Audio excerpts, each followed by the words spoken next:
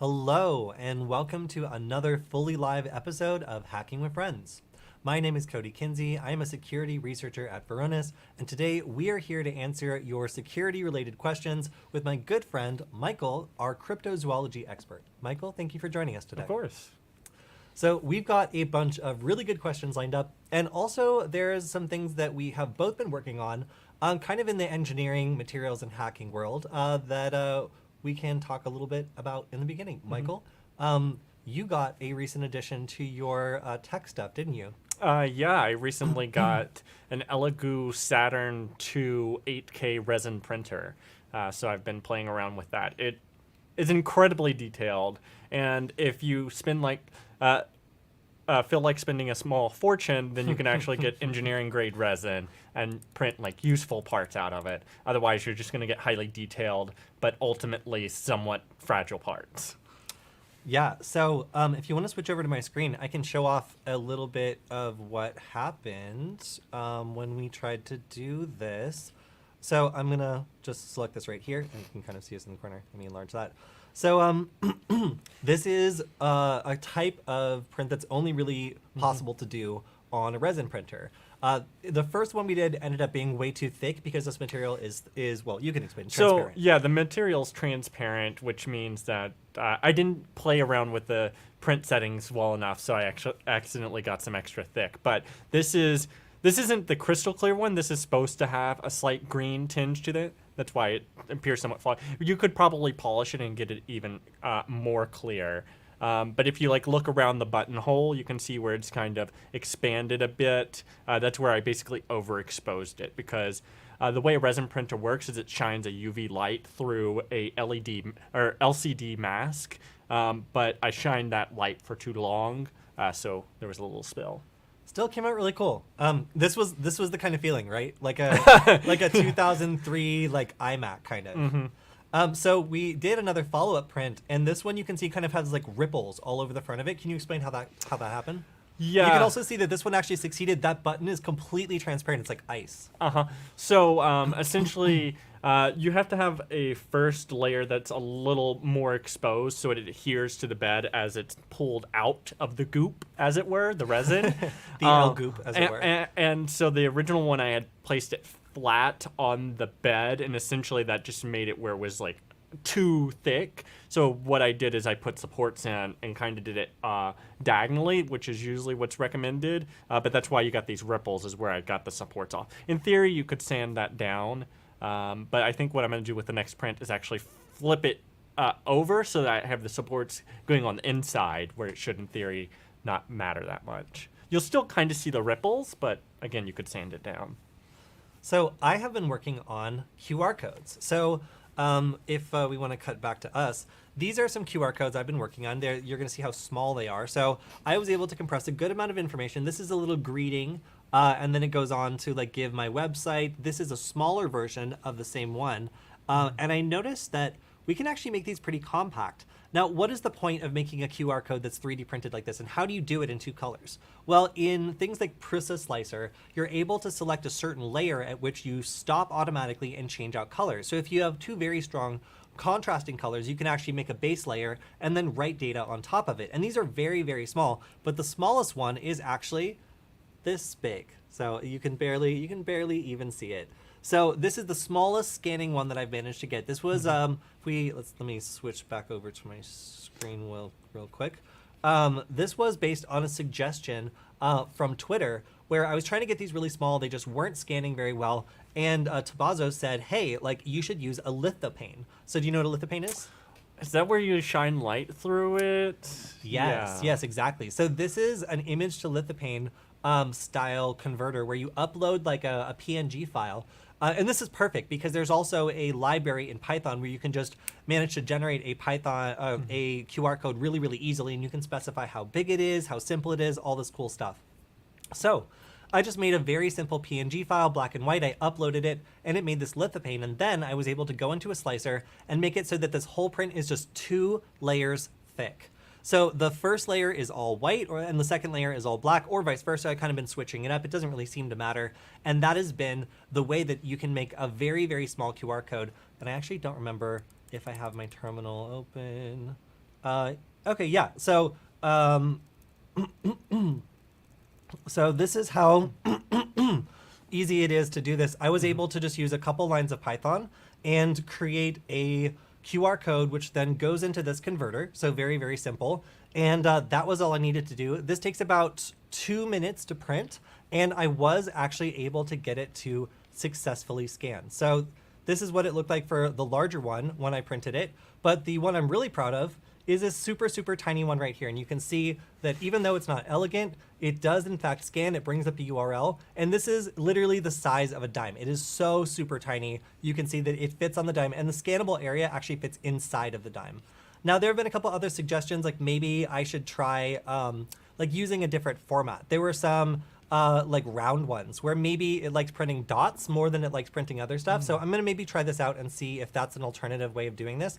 But what's the application here? Well, if you really want to make sure that you have a QR code or a piece of data that sticks around and isn't going to be degraded by things that would mess up like a sticker or a piece of paper or even a piece of weaker plastic, this is a good way to maybe like stick this on with super glue or epoxy and then be sure that it's going to last for a super long time, because this plastic is ESUN PLA+, it's super tough, and you can make a thumbnail sized piece of data that goes to a URL and be pretty sure that it's going to stick around and be resistant to wear and tear, UV, and a bunch of other stuff. So super durable, super tiny QR codes is kind of what I'm doing right now. I'm very interested in that.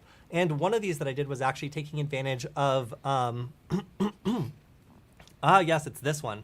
This one has a Wi-Fi network encoded in it. So if you were to scan this, it would actually try to add a hidden Wi-Fi network to your phone's list of trusted networks, and it would be beaconing out this network all the time. So I would be able to tell that you had scanned this QR code if you happen to do it. So also making some QR codes that are a little bit sneaky. So you could leave this in a public place and anybody that scanned it would then be beaconing out that network. And you could also then create that fake network and trick them into joining it without knowing potentially in the future. So lots of interesting applications for this. And yeah, dual layer prints have ended up being a lot more interesting than I initially thought they would be. Just another thought on that.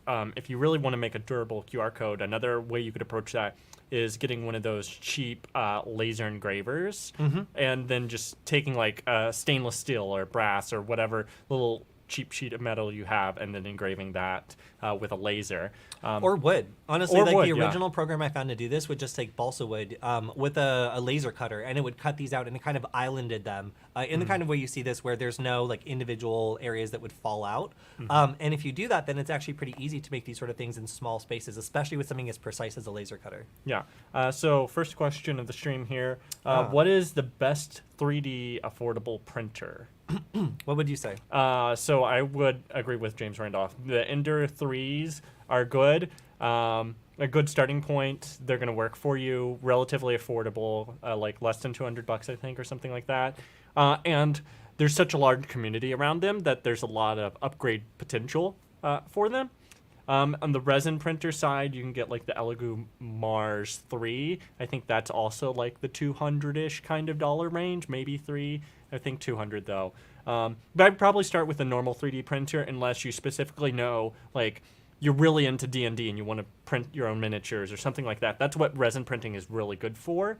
So I would start with a normal 3D printer, and then if you decide, oh, hey, I would also like this extra capability, then look into the resin ones. But they're similar price points. Yeah, so I would say for a beginner, the Creality Ender 2 or the Creality Ender 2 V3 is really, really excellent. We ended up printing on glass beds, so I also recommend that if you want a good experience. Glass beds are great because they like release the prints at the end of it. You don't have to keep prying it off. You don't have to use glue sticks or tape or whatever. Took us a long time to get there, but what we run is we have two Creality Ender 3s. One is a V2, and we run them on glass beds that are like some of the cheaper glass beds you can get on Amazon, and they print great. We run them day and night. They churn out nugget cases. They're really, really good, and we have all of them connected to a Raspberry Pi running Octoprint. Like, I cannot stress how important it is to have them networked. It is such an annoyance to have to go up and down and up and down. I can check on my prints. I can see what layer it's printing. I can like automatically do all this interesting stuff with Octopi. It's really great. And yeah, if you're going to be printing stuff, then it's it's such a relief to be able to like have all the printers networked and make sure that everything's running the way it should be from your bedroom instead of having to run around and like be checking things all the time. So that's my recommendation: Raspberry Pi plus an Ender 3 or Ender 3 V2. Both of those will do you really well, especially if you get a glass bed to go along with it. We also got an all metal hot end. I feel like that's a really nice upgrade to make for that model, because otherwise you're going to be learning a lot about nozzle replacements. Yeah, and then James is also making a comment here about how people in Russia are using these QR codes as sort of like dead drops, where it'll say things like cheap sugar, but then it actually takes you to like Radio Free Europe or like other platforms that would be censored by the government. Yeah, I was just thinking, if you needed to exchange, like smuggle out a little URL, like some of these are like so tiny, you could hide them in all sorts of places, and they're durable enough that like they should survive. I deliberately put a lot of text in this one. Like it has like my URL and like a little bit about myself, my specialties. So this is like half the size of like a business card. And obviously it's not human readable, but it is pretty cool that it can like make a paragraph about myself, including links I would want people to know about. And it fits in something this small. So if I wanted to print, a whole bunch of these and just hand them out, when you scan them, it actually says a little bit more about me than otherwise I might get an opportunity to say. So yeah, it cool. Kind of random thought here, but it reminds me of the Cold War microprint. Yeah. So where essentially what they would do is they take documents, take pictures of them, then hold them at a certain distance and take pictures and do several pictures like that until you get basically something the size of like a period in a sentence, and then you can hide it in a book somewhere, and no one would know it's there unless you know to look for it. Then you take a microscope and you can read the documents there. Yeah, so I have bumped up against the upper limits on smallness for just like a URL, and it is pretty much this. So you can't get much smaller than this. And to be honest, I could write out the URL, I feel like, in text. It's human readable, even with a 3D printer on something this size anyway. So like, is this impressive? Yes, it's cool. It's resistant to degradation. Like, it's easy. And also people are curious about QR codes. So oftentimes it's more about the psychological effect of seeing a QR code and wondering what it says and scanning it, and maybe accidentally adding a Wi-Fi network to your phone that is malicious or something like that. So it is definitely still more efficient to just print something very, very small within a size of something like this. But yeah, these still work and they're cool. Okay, so moving on to security-related topics, we have a question here.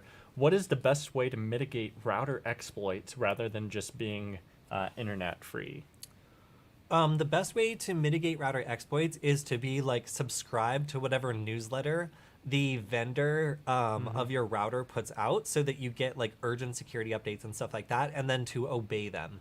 To turn off optional things that are sketchy, like being able to like set up your router without like with just a pin, like that's not like a useful feature for most people, because you just press the button on the back. Like, there's things you can do to reduce your attack surface, definitely, like the WPS setup pin, making sure your password's long and unique, switching over to WPA3, disabling if possible, supporting older protocols that are known to be vulnerable. All those things will help you, but frankly, there are so many different attacks. It really depends on your password and your amount of vigilance. So having multiple layers of attack or multiple layers of defense to detect attacks is also a good idea. If you could do things like have a honeypot on your network, so you can detect after people maybe do breach and get inside. All those will at least give you different points at which you would recognize an attack while it's underway, instead of just relying on one thing to work. Yeah, kind of tangential to that is staying invested and engaged, and not thinking of your router as just something as you set up and you forget about for 2 years. So like being invested in it and like learning how to use pfSense and setting up your own router and firewall, and constantly monitoring that and updating it would really lock down your system. Now, whether or not you want to spend the time and effort to do that is a different question, but I definitely recommend it if you're security minded. Yes, James also says that he keeps UPnP off. So this is something that we covered one time in an attack where we were able to broadcast ourselves as a device and make other devices on the network think that, hey, like this is something that maybe you should come and join. So by being able to make it look as though you're some sort of network device that like is supposed to be there, and then connect to it and give up your credentials. For example, if it looks like a virtual drive that you need to use your OneDrive credentials to get into, that's a way you can actually do phishing on a network and actually get people to think that something new has popped up on their drive, but in fact it's actually just me trying to get your credentials in order to harvest them and log into your real account. Okay, so a question here from the video. Russian hackers exploit airport taxi systems. Yes. The U.S. should pay people to hack Russian companies nonstop until the Russian police get on top of prosecuting their own criminals.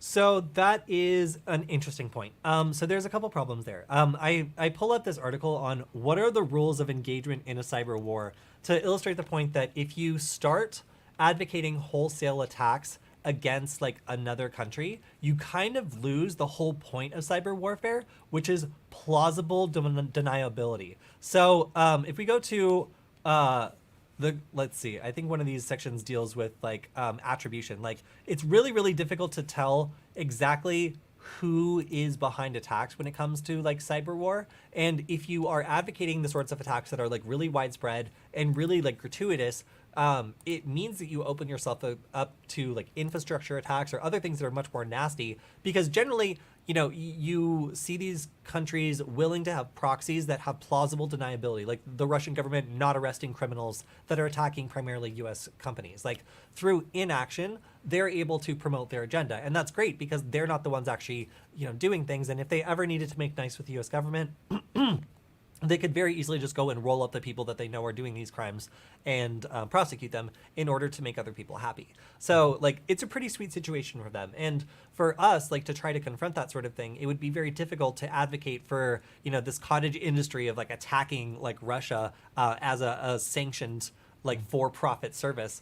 The problem with that is, of course, like once you do that, then you mean that the alternative is okay, and then suddenly those behind-the-scenes attacks suddenly become very in front of, I don't know, like front of mind when it comes to the infrastructure attacks we've seen, like major players going after that haven't been used yet, but have been explored extensively for if things were to get worse. Like the United States government has explored the ability to like shut off the power or like do infrastructure-based attacks that would be very, very difficult for an adversary to deal with. So escalating to that point, nobody wants that. You know, like these sorts of low-level things are still much better than having a full-scale attack against infrastructure, water, power, something like that. So yeah, I would say like the plausible deniability is the biggest thing that like really you lose with that sort of full frontal approach, and the retaliation might be something that nobody's looking for and might actually cause a lot more harm than it does good. Yeah, and to add a little more nuance to that too, you're going to have countries like North Korea where there's already sanctioned so much and so outside of the world economy that it's actually a large portion of their economy or even government revenue to conduct these crypto scams or other cyber attacks, ransomware attacks, to actually bring revenue into their country in whatever way and whatever means they can. And then also I would remind people too that you have hackers everywhere in the world, and they're always attacking each other in some fashion. And, you know, different countries are going to have different priorities. You know, I'm not trying to give anyone the benefit of the doubt here, but, you know, different countries will have different priorities when it comes to prosecuting criminals or focusing on other problems within their own countries. So right. Next question here. So we were talking last week about Simply Cyber. So it looks like we will be in the future trying to do a collaboration video with him. Yeah, no, I checked out his content. Thank you for also kind of recommending this, because sometimes I miss out on new content creators because I'm always busy doing the show. But yeah, lots of really great videos, especially for just people who are getting started, and especially like career kind of focused ones, some good interviews. So yeah, if you want to check out another great content creator, I think we have almost the same number of subscribers as well. So kind of the same level of as we are as well. That's really cool. Yeah, so definitely check out Simply Cyber if you haven't checked out that channel, and hopefully you'll see us on there I have soon. it up on my screen, in fact. Yes. Yeah, and you can see there's some recent videos on like making the pivot if you're a marketing pro looking to get into cybersecurity, and there's also some really popular stuff on just like kind of 12 incredible SOC analyst interview questions, everything security operations analyst entry level would want to know, top 25 OSINT tools, kind of going into using each one. So really fun content, and I learned a lot actually going through some of these. Sorry, multitasking here. So let's see. I'll do a pre-prepared question. So this was in regards to the FCC shutting down the extended warranty scams. Yes. So the commenter was saying that the law states if you are on the do not call registry, it's a fine of $10,000 per call, and that goes to the harassed person, not the government. That is true. So to answer this question, I kind of want to go back to a podcast we did way back a long time ago. So this was automating the fight against scammers and unfair parking tickets with Do Not Pay. So if you've never heard of Do Not Pay before, the creator of Do Not Pay is someone that I've really admired for a while. He's somebody that originally used AI to start fighting parking tickets locally. Joshua Browder, I believe is his name. And Do Not Pay has expanded to do all sorts of things, including automatically suing scammers. So how does this work? So this has also been covered a number of different times by news organizations, but they basically say that if you get a call from a scammer and they have some sort of scam that involves taking your money, then it's possible for you to automatically sue them and make up to $10,000. So how does Robo Revenge work? So I actually have Do Not Pay, and this is how it works. You generate a Do Not Pay card. So this is a fake credit card that doesn't go back to your real card, and it can't be charged for anything real. It'll appear to go through when they do an initial check to see if it's valid, and then afterwards it won't go through for anything. Next, you will give them the fake card information, pretend to be some vulnerable person that believes them when they ask for the information. They'll try to run it, and it will automatically track down the entity that tries to charge the card. So you'll actually be able to track them through them trying to charge you.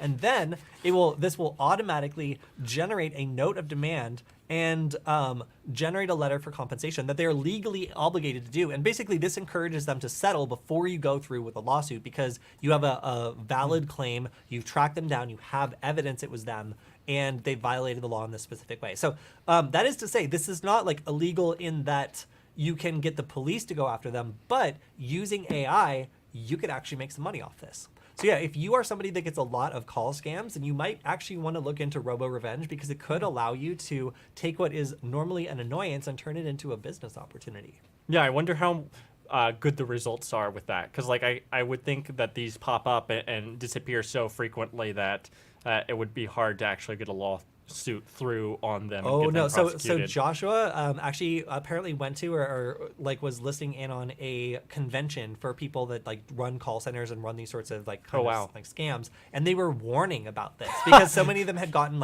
hit by these lawsuits. It was starting to create panic in the industry, and they were starting to have to be much more clever about the way they were doing things, because they never had an automatic way of people pursuing this sort of thing before. It was always just a little bit too much work, and that's why they were getting away with these scams. So that's why I like it.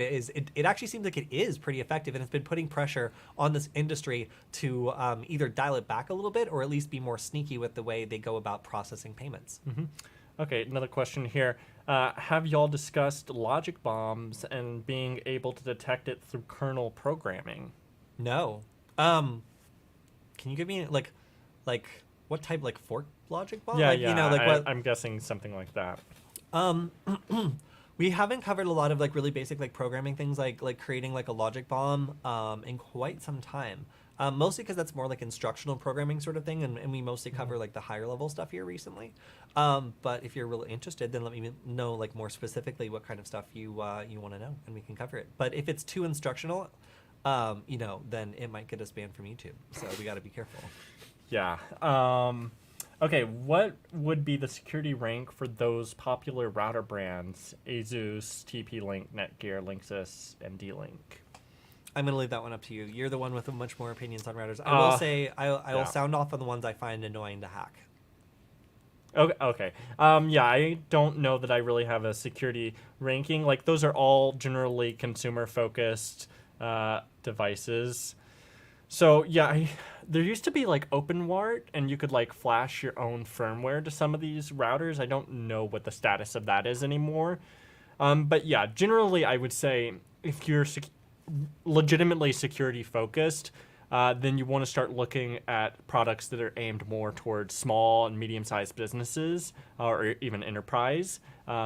Old enterprise equipment you could find on eBay might actually do you better. I already mentioned pfSense.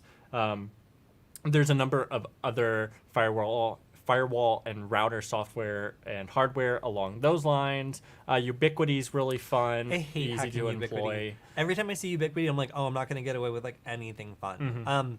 If you know good resources for hacking Ubiquity networks, like I find them to be generally so well secured that I just give up at a certain point because like there's no easy stuff you can do. They're not like all janky like a lot of the other ones are. So yeah, I hate Ubiquity routers when it comes to like doing like network penetration stuff. Like I'm like, ugh, nothing fun. And if you're interested in that sort of stuff too, I would also look into being a WISP or wireless internet service provider. The reason I mention that is a lot of the people who produce equipment for that also are making much more security focused like routers. So Mimosa Networks, Ubiquity, those sorts of companies will have products that are going to give you much better security settings and ability to fiddle around with that than a generic Netgear router or whatever brand router. Hey, Zoe. Also, we're going to cover the news on Friday. So I haven't looked into the Samsung iOS update that bricked devices in Australia, but it looks like we're going to have a busy day on Friday. So I'm looking forward to learning about whatever happened there. And sorry if you had a Samsung device in Australia. Okay, another pre-prepared question here. This was on our video about searching for devices on Shodan. So it seems the person's having a slight misunderstanding here. So this could broadcast wireless indoor CCTV footage too. So essentially they're asking about the sorts of cameras that you can find on a Shodan search. Okay, so over on my screen, we have like the starting point of like many people's Shodan searches for cameras. And these sorts of things are generally like these kind of like Google Dork style like search results that will allow you to look for very specific parts of web servers that are associated with webcams that are exposed. So most of these will have a configuration page, and if you connect it just to the raw internet, you can search for these text strings in order to find out where these cams are. So if you log into Shodan and you do a search like this, then you can see, boom, like a lot of people are connecting their 3D printers to Shodan. We've got a lot of like, this is just like a box of rocks. Maybe there was a bird's nest here at some point. Like a lot of people set these up and deliberately expose them, but some people set them up and don't deliberately expose them. I feel like some of those living rooms there are not intentionally exposed. Who knows? Who knows? I've had some nightmare encounters on these. But as you can see, these are not authenticated. So we're able to just see images from these webcams raw without needing to put in a username or password. And that means it's legal for us to do this. But we are not seeing like people's internal cameras, at least deliberately. These are all webcams that have been either pre-configured to be exposed to the internet by default, or people have either accidentally or on purpose put them to port forward all the way out to the internet. This could also be a router setting where maybe the router is misconfigured and is port forwarding everything out to the raw internet. We kind of see that thing a lot. So yeah, just some easy ways to go through and take kind of search results like this, just paste them into a Shodan search, and look at this. You get different types as well. So you can click on these results to see more information about each one. On this one, we can see that it's located in Iran. It is the inside of a clothing store, and you can see it's over UC HTTP/DT. Clicking here will bring us there, and it'll attempt to connect. I'm not going to try to go to it because who knows? Yeah. But also, the other thing that's kind of cool is you can see that there's vulnerabilities listed here. So you can see the CVE and everything. There's a buffer overflow here, which could allow us to attack this. So we can actually search for other cameras that might be vulnerable to this exact same CVE, which is another really cool way of using Shodan. But anyway, so to answer the question, no, you cannot see internal cameras or anything like that on Shodan unless someone has exposed it either deliberately or accidentally to the internet. But you still can find a lot of crazy stuff. And James makes another good point here about regularly running a Shodan search on yourself, just to make sure you're not like accidentally leaking some. Because there are so many devices that have annoying habits of trying to leak themselves, particularly the UPnP settings, so that sort of thing. Definitely. Okay, so next question here is from our video on having ChatGPT plan a crime. And the person was commenting that we should, in fact, try to have ChatGPT try to protect our mythical concrete company. Okay, so we asked ChatGPT, a concrete company is being targeted by cyber criminals. What advice for the company would have the greatest impact in defending the company? So, Michael, you want to read them? You can read it. All right.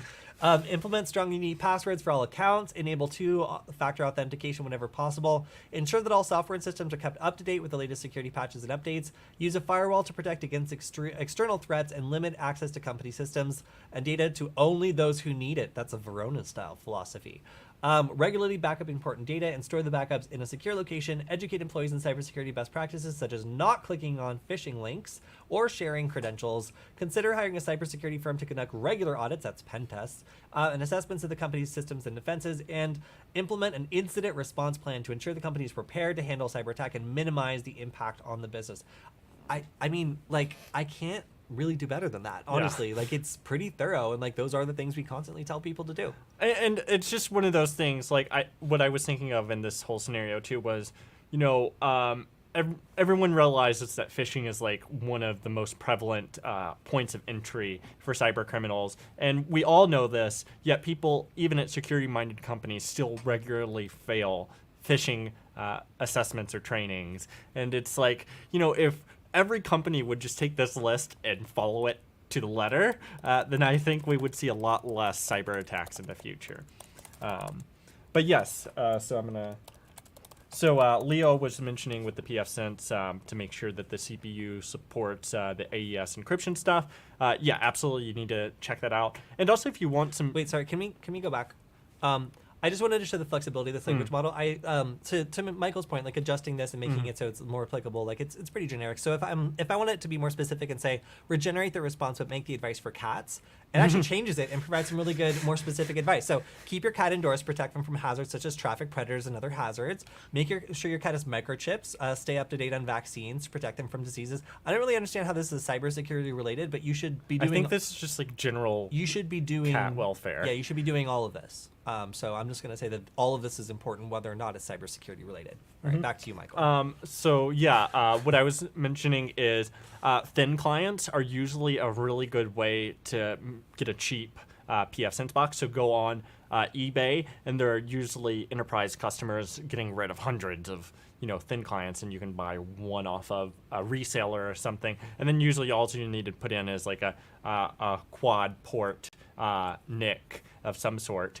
If you're really interested in this, check out Serve the Home. That's a website, and they have a YouTube channel as well. And they do all kinds of reviews of different hardware and little tips and tricks like the thin clients and which thin clients are better than others for using as either a server of some sort or as pfSense box. All right, we've got an audience question. So the question is, let's see, I'm going to put it up. Is there an effective way of scanning an entire IP range without using Shodan? I believe is the question. Is that what it says? Yep. Okay, so want to get a notice from your ISP? All right, switch over to my screen. So if you want to scan, let's say, I don't know, the whole internet, then you can use a tool called Mass Scan. So we've covered this before, and there's also some really good videos on people talking about how they've conducted internet research using this.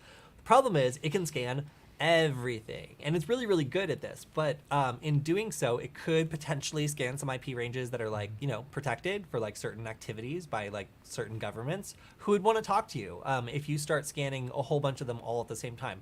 For example, if like the military and intelligence agencies all of a sudden get their IP ranges scanned by you all within 5 minutes, they're probably going to be a little curious about like what you're up to and like why the hell you're bothering their systems.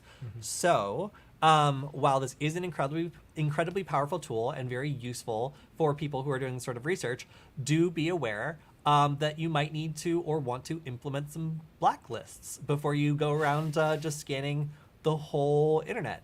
So yeah, just remember that some of these tools are a lot more powerful than you might think. And this scan right here leads to scanning the entire internet is bad. For one thing, parts of the internet react badly to being scanned.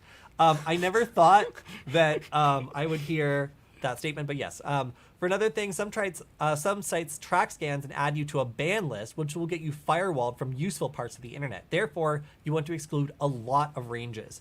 To blacklist or exclude ranges, you want to use the following syntax, and then you want to use the exclude file. So I don't want to give you a tool and then have you blacklisted from like, again, Google. useful parts of the internet, or again have somebody like knocking on your door, or have your internet service provider call you and be like, why is the FBI contacting us and asking about your internet activity?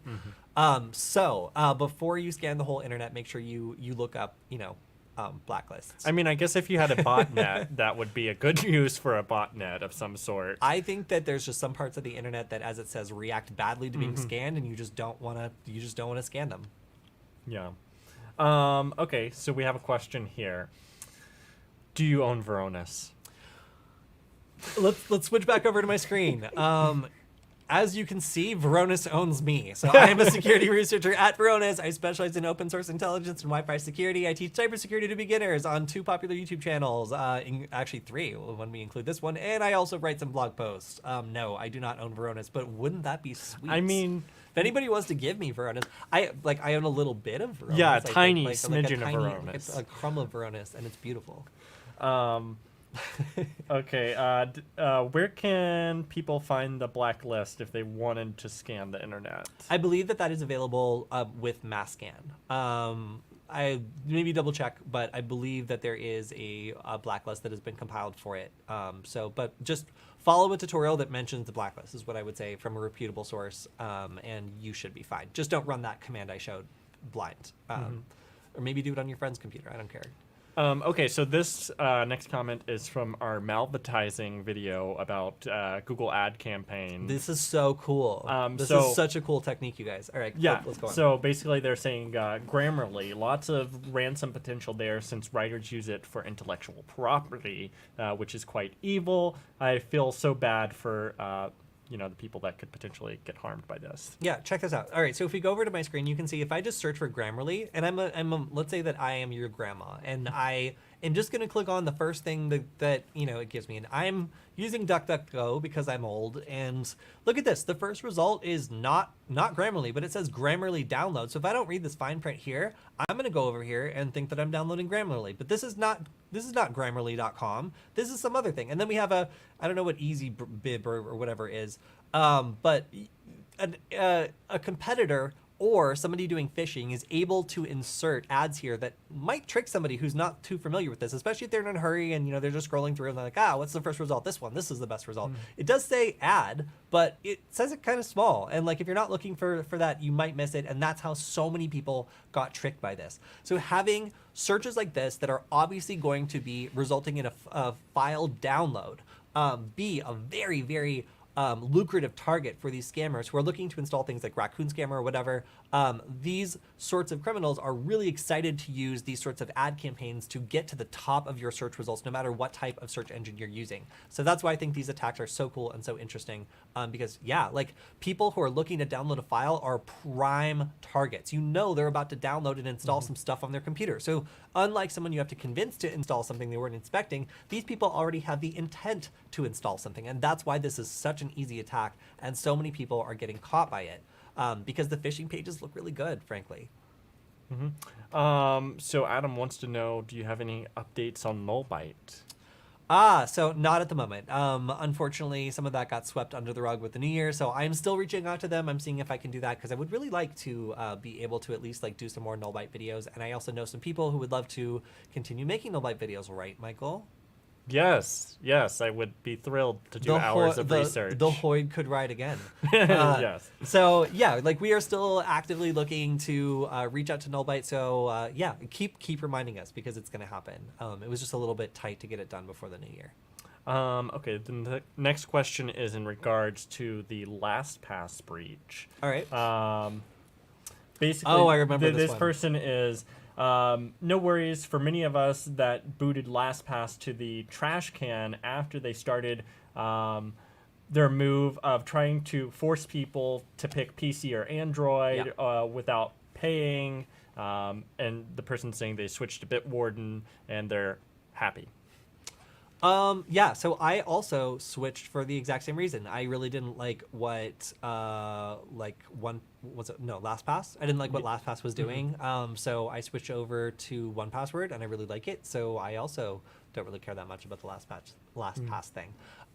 Yeah, so I also was upset by that. I didn't like it. Yeah, I know you were thinking of the question. next We're gonna. question. You want me Yeah. to cover that next question? We can do. Yeah, that let's do one. Okay, so this is also in regards to the LastPass breach, and this person smidge salty here. If you have a strong master password, then it's not breakable because it's encrypted with AES 256 tested on equivalent of my password. It takes 3 trillion years, so I'm not worried. Look things up before you start screaming. Only the people that were stupid enough to not use a strong password are at risk. Read the theory on AES 256 encryption. This video is BS. I love it. So, a couple things. One, you have a fight between security and convenience here, where people who are lazy and only want to remember one password all the time are picking the password that is shortest that they possibly can to feel good about it. And of course, they're probably also, once they're thinking of that short, good password, reusing it in places where they think it probably couldn't cause any harm. So because the vast majority of people are going to pick a relatively simple password or one that's easy to remember that can be derived from a formula, their passwords are not going to be that random. And on top of that, the likelihood that they use that password somewhere else because they love it so much because it's such a good password is extremely high. So yeah, while individual people who are very paranoid about their security might be safe, the problem is that the majority of people are more interested in convenience than they are in locking down everything to the nth degree. So while I understand the person making this comment probably has, you know, an incredibly long, super random password that they have tattooed on some private part of their body because they couldn't possibly remember it themselves because it's way too long, the majority of people like to have a relatively short, easy to remember master password that they can use all of the time because they frequently have to. So that's why we have kind of a problem here is when you have security versus convenience, convenience tends to win out for most people. And that's why this LastPass thing is a lot worse than some people might be thinking if they forgot about reusing that wonderful password they came up with in other places and it got breached. Yeah, and so whenever people talk about encryption like this, it always reminds me of this old comic. But also a couple of other thoughts on this too is, first of all, the action item here is to go and update all your passwords, which you should already be doing on a pretty regular basis. So I'm not sure what they're getting at there, because if they believe that their password is so strong that they never need to go back and change passwords, then that means 2 years from now, that master password of theirs could be involved in some sort of data breach. And then the publicly available information at that point of their vault could just be easily decrypted, and someone could breach their passwords 2 years from now once they've long forgotten about this breach. Also, reminder, some of those calculators on the enthalpy and how long it would take to guess can be misleading, because as Kody was saying, if you have such a long password, you're probably not actually using random characters. You're maybe using words or something like that. And then in that case, a dictionary attack or some other word list attack could be performed and dramatically reduce the entropy of your password and reduce that time to breach. Or, as this comic alludes to, you know, maybe phishing or some other coercion technique could in fact be used against you to get that really strong password. So, you know, you want to use a strong password as much as you can, but you also want to use two-factor authentication, change your password frequently, and these sorts of things as well. Over on my screen, someone mentioned we've come a long way since my original whiteboard video. So this is it, the very first Nullbyte video that we ever released, and it was me sitting in front of an incredibly loud window on a busy street in Los Angeles, trying to film this first video on Airgeddon. I had a friend who had just graduated school for digital production and helped me do the setup because I didn't know anything about editing or like really working with like video. I'd mostly done photography before, and this was the very first video. So this was 5 years ago now, and we have 2 million views. So yeah, this has certainly been a very long journey.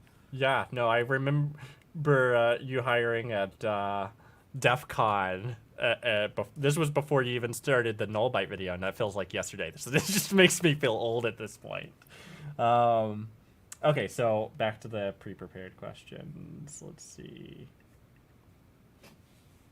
Oh yeah, we kind of answered this one already, but what happened to Null Byte? You didn't exactly cover that. Oh yeah, so we've covered this a couple times. What happened to Null Byte is they ran out of money. Null Byte really never figured out exactly how to monetize the success of the YouTube video, and you never make very much money directly. And on top of that, our content was kind of too spicy to really monetize. So the end result is huge popularity. Well, you can keep it. Huge popularity. Like so, as you can see, some of the most popular videos have 4.3 million views, 2.4 million views, 2 million views, 1.9 million views. But how do you monetize this? Well, nowadays we have things like the Nugget or like other pieces of hardware that we can sell to help people learn and also help them support us if they want to like, you know, buy something to help us continue to make videos. But back then there was no way of doing this. And I think Null Byte's solution of coming up with like these kind of random tutorials, these random classes that seemed like they were going to be from us, but like actually had nothing to do with us, really pissed people off. So people would watch our videos, and towards the end, they would start seeing these ads at the bottom. I think there's some ads here. These ads on the bottom were like their best attempt. Earn dollars, learn what you need to get certified, 90% off. And you would go here, and it would take you to these classes that like were just like kind of randomly put together. Like we never and not hosted by Kody. Yeah, not hosted by me at all. So they're $149. People would spend the money, but like, I don't know. So like this really didn't really earn enough money for them to keep going. And at the beginning of the pandemic, they just told us like, hey, we don't have the budget to buy your content anymore. So that's it. What was interesting is we did so much content that they had enough videos to continue going for almost a year before running out. So nobody really knew that we had stopped working for them for quite some time because we were making like 3 videos a week sometimes. So yeah, this was kind of a sad example of a business like not really figuring out how they could take advantage of a very successful part because for them, they were a company called Wonder How To that was trying to also support something that was more of their focus, which was gadget hacks. And because Null Byte was always kind of a curiosity for them and they never quite figured out their strategy, we didn't have the ability to upload videos or really make any more content for them since the beginning of like 2020. So it's been a while. So we have another question here. How much time would it take to crack the private key for a crypto wallet? Generally speaking, on a broad level, those are pretty secure because of the random keys generated and such for that. Now, sometimes if there's like some sort of master password for the wallet or something, then educated guess and word list could be generated and potentially have some issues there, but that's not something you really hear commonly. The bigger concern in that regard is usually in regards to SIM swapping attacks for crypto exchanges and those sorts of things.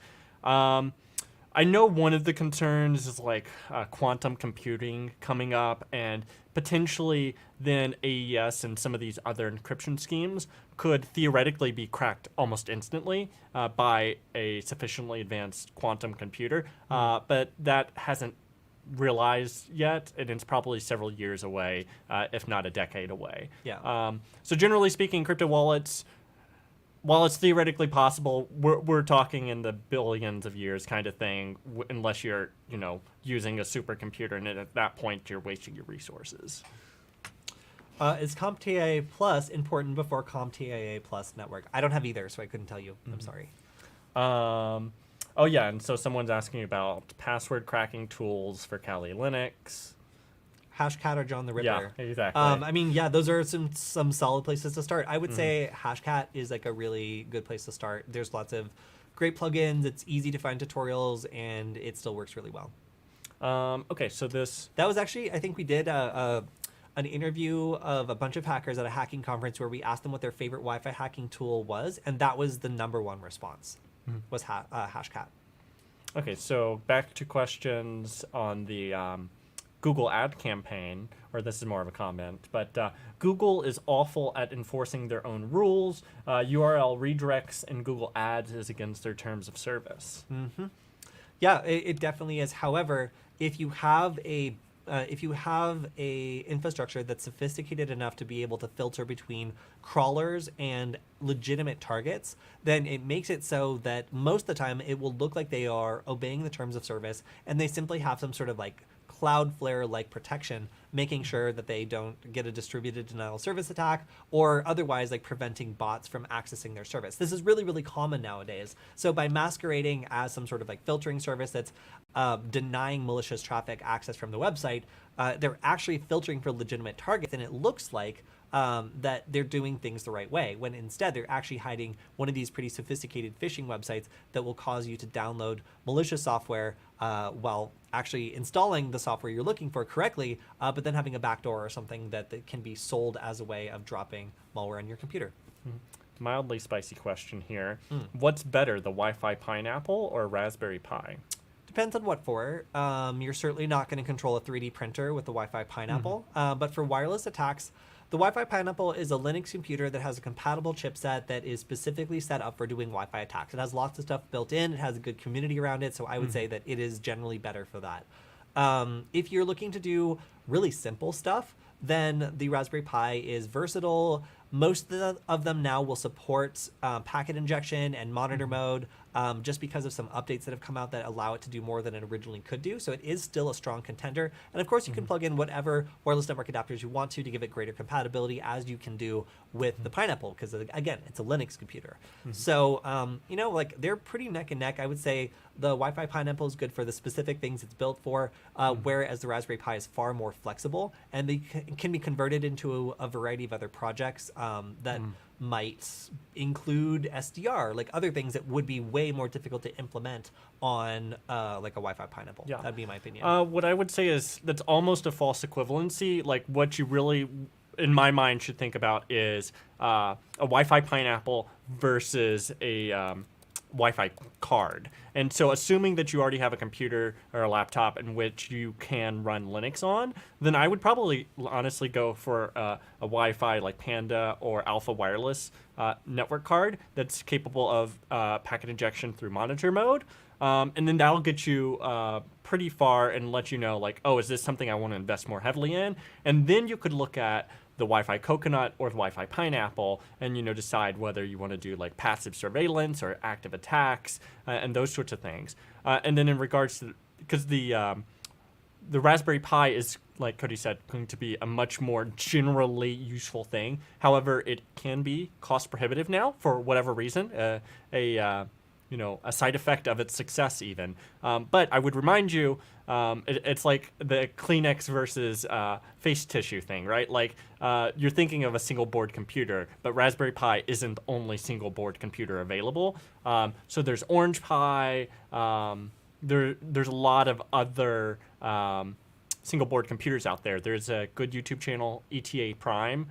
He reviews all the single board computers and small form factor computers you could want. So if you do decide to go down that route, check out some of those other options, because especially with inflation and the success of the Raspberry Pi now, you might find something that's more capable and cheaper. Cool. So we have an audience question about something I'd never heard of, but while you were talking, I looked it up and it actually seems awesome. Okay. So if we switch over to my screen, somebody was asking about BrakTooth. So this is something that uses a specific ESP32 just ESP32 development kit. It's the ESP Rover kit. ESP32 driver firmware, and this allows you to do something that is supposed to be disabled by default. Apparently, LMP packets cannot be sent from the host in normal Bluetooth hardware, but they can be in this specific version. So that allows you to execute a variety of different Bluetooth attacks. And the style of this actually kind of reminds me of BetterCap. It kind of looks like that. So this seems as though it's able to scan and fuzz different Bluetooth devices, and if they're vulnerable to these exploits, it's able to do things like cause it to no longer be able to pair, disappear from pairing, restart, or even crash. So this is really interesting and includes all of these various exploits, which I have not tried any of. but I don't have this hardware, so I haven't tried it yet. And it seems as though you do need this specific module in order to make this happen. You can't get just any ESP32. So I might go ahead and get this now and see whether or not that will work. It seems that also the best way of doing this is to use Ubuntu in a virtual machine with USB 3.0 enabled to reduce latency. So another interesting thing, I guess the timing is important when doing these sorts of Bluetooth attacks. Yeah, and then so also there was some mention of like different SDR hacking platforms. So all the stuff mentioned is good. I also would look into the analog devices, Pluto SDR, or like the Chinese ripoff version, which is the Pluto SDR Plus or whatever, which has some common upgrades to that. But all of those are good options if you want to play with more than just Wi-Fi spectrum, because I think a lot of people kind of get in this focused at first that, like Wi-Fi is the only thing that exists in the wireless spectrum, but there's a lot more out there, and I think there's a lot of room to play around with things that are a lot less common, whether that be low-hanging fruit by like listening to airplanes around you, like ADSB, the kid that got in trouble on Twitter because he was tracking Elon Musk's jet with ADSB, that kind of thing is pretty easy to get into with SDRs. So Leo says that he recently learned that Bluetooth Low Energy Protocol allows for Bluetooth devices to be used as access control tokens without having to pair the device. That's interesting because I know that or at least I thought that Bluetooth LE specifies this MAC address randomization to make it hard to track. So without like pairing, like I don't know how they would like identify themselves as a unique device, because I believe that standard has MAC address randomization built in. So when you pair, obviously you exchange keys and allow them to be able to identify themselves as the same device, while preventing attackers from knowing that those two devices are, like consistently the same device. So I'm interested to know how that works. If you want to give me more details, that sounds like an interesting way of identifying devices and using their presence to be able to trigger something. I actually saw a video on TikTok today of something I've known was going to happen forever: kids using Wi-Fi and Bluetooth to be able to detect when their parents are coming and switch the tab automatically. So it kind of seems like the same concept. Is the BrakTooth one still a viable option? Maybe. I have one. I don't use it as much as I could. Unfortunately, Bluetooth is often overlooked in regards to hacking, even though it is still on the 2.4 gigahertz spectrum. But my one concern about the BrakTooth currently is making sure that it supports the newest generations of the Bluetooth protocol. I think it's like 5.2, 5.3 right now. So Nordic Semiconductor, I think, is the one that has a lot of like dev kits for their chipsets. So you could look into using some of those dev kits if the BrakTooth isn't going to support the latest generation and you need the latest generation for whatever reason. Michael, what is the best operating system for hacking? The one you like best. Ubuntu. Yeah. I think any Linux can serve you well, as long as it can run a bunch of the tools that you can find on GitHub. You're going to be pretty well served by it. I think there is something to be said for some of the like Parrot, Kali, these sorts of things, purely because if you're really new beginner, then they're going to have more support out there. And when you inevitably run into a problem, you're going to be able to find an answer for it. Where if you choose some obscure OS, then you might not get as much support as you need. Michael, is it possible to sniff cell phone numbers with SDRs and Wireshark, or is it encrypted? The numbers. I'm not sure about the numbers. I know there are rogue cell towers and those sorts of things you can look into using GNU Radio and IMEI sniffers and stuff. But I'm not sure that those always work anymore because of the way that 5G is implemented. That used to be more of a, like, I think 3 and 4G kind of thing. I don't know if it actually gives you the cell phone number, but it'll give you a unique identifier. And then there's all kinds of complexity that gets into, like using a new identifier when they attach to a new cell tower and those sorts of things. But you can definitely do some research. There is a fair amount of potential there on just eavesdropping on the cellular networks. All right. RFID is fun to play with. That's why I carry a Proxmark 3 and an ESP key for collecting cards used on a reader. link me to that ESP key. I'm interested to see. But I've been using the Flipper for this, and the way it works is basically like this. You'll see a reader. You can go up and emulate like a MyFair card and get the reader to cough up the initial keys that are used to decode one of the cards that goes along with the door. So then once you have those keys, you can offload them. Well, you can offload the key cracking to your phone, get the key back to begin to read one of these keys. And if you happen across like one of the keys that an employee or like a guest at the hotel or something like that has, you can copy and read that key, then emulate it very easily because you can read the contents of the card. So it's kind of a two-step process. First, you get the keys to read the card from the reader, and then you can copy, clone, and emulate the card once you are able to use those keys to read it. So really cool. And I did not know it was not exactly straightforward, but I would say relatively easy.